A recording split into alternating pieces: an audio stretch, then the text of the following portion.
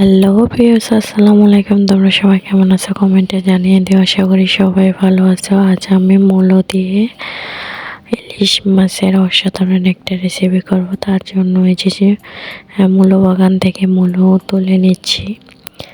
বেশ কিছু মূলো নিয়ে নিব। বাড়িতে অনেকেই আছে, এজন্য একটু বেশি করেই মূলো তুলে নিচ্ছি।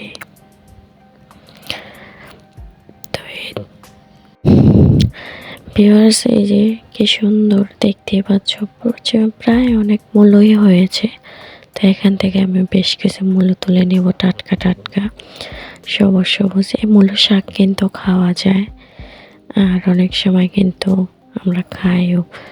তো এই যে আমি এদিকে মূলো তুলে এসে কড়াই চাপিয়ে নিয়েছি। তো কড়াইতে তেল পিস দিয়ে বাদামি কালার করে নিলাম। এরপর কড়াইতে পানি দিয়ে দিলাম। এখন এক এক করে সব আইটেমের মশলাগুলো দিয়ে দিচ্ছি। প্রথমে দিয়ে দিলাম হলুদ গুঁড়ো, আর দিয়ে দেব মরিচের গুঁড়ো। এরপরে দিয়ে দেব বাটা মশলা, আদা জিরা রসুন বাটা পেস্ট। এরপর দিয়ে দিলাম লবণ স্বাদ মতো। তো এখন আমি মশলাটাকে ভালো করে কষিয়ে নেব। তো এদিকে আমি মূলোগুলো ধুয়ে কেটে ফ্রেশ করে নিয়েছি।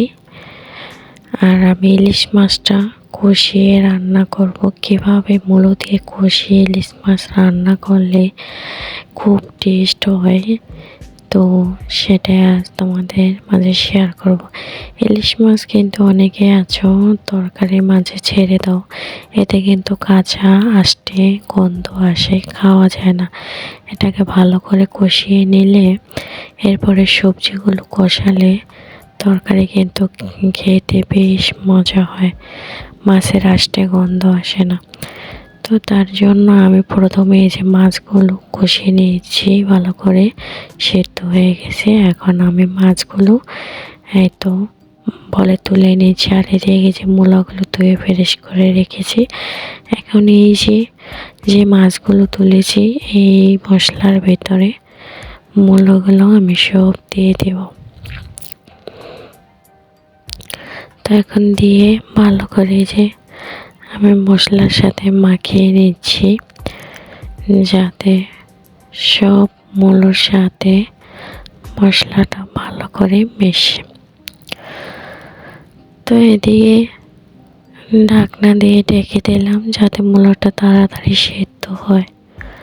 তো উঠিয়ে আবার একটু নাড়াচাড়া করে দিচ্ছি ঢাকনাটা, যাতে এপিঠ ওপিঠ ভালো করে সেদ্ধ হয়। আর আবার কচি মূলা কিন্তু সেদ্ধ করে নিতে হয় না, সেদ্ধ ছাড়াই রান্না করা যায়।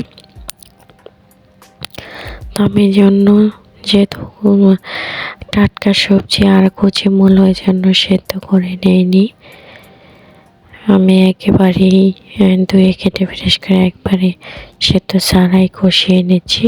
এখন এই কষানোর মাঝেই মূলোটাকে সেদ্ধ করে নেব, তাহলেই হয়ে যাবে।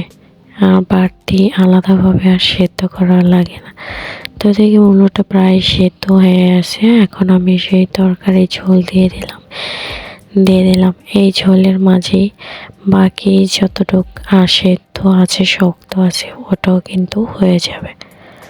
তো ঝোলটা বলক আসার জন্য আমি এই তো নেড়ে ছেড়ে দিলাম। এরপর ঢাকনা দিয়ে ঢেকে দিলাম যাতে তাড়াতাড়ি ঝোলে বলক চলে আসে।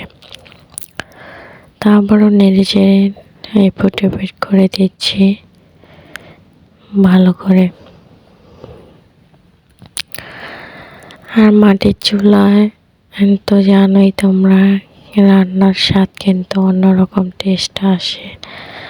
আর এটা হচ্ছে পদ্মা নদীর ইলিশ, তো রাখা ছিল ফ্রিজে, সেটাই বের করে বছরের প্রথম সবজি মূলো দিয়ে রান্না করতেছি। তো বাসায় প্রায় লোকজন আছে বেশ কিছু, তো এজন্য বেশি করেই তরকারি রান্না করলাম, সবাই একটু ভালোভাবে খেতে পারবে। তো এই তো আমার তরকারি ফাইনাল লুক। ভিউয়ার্স, ভালো লাগলে ভিডিওটা অবশ্যই সাবস্ক্রাইব করে দিও।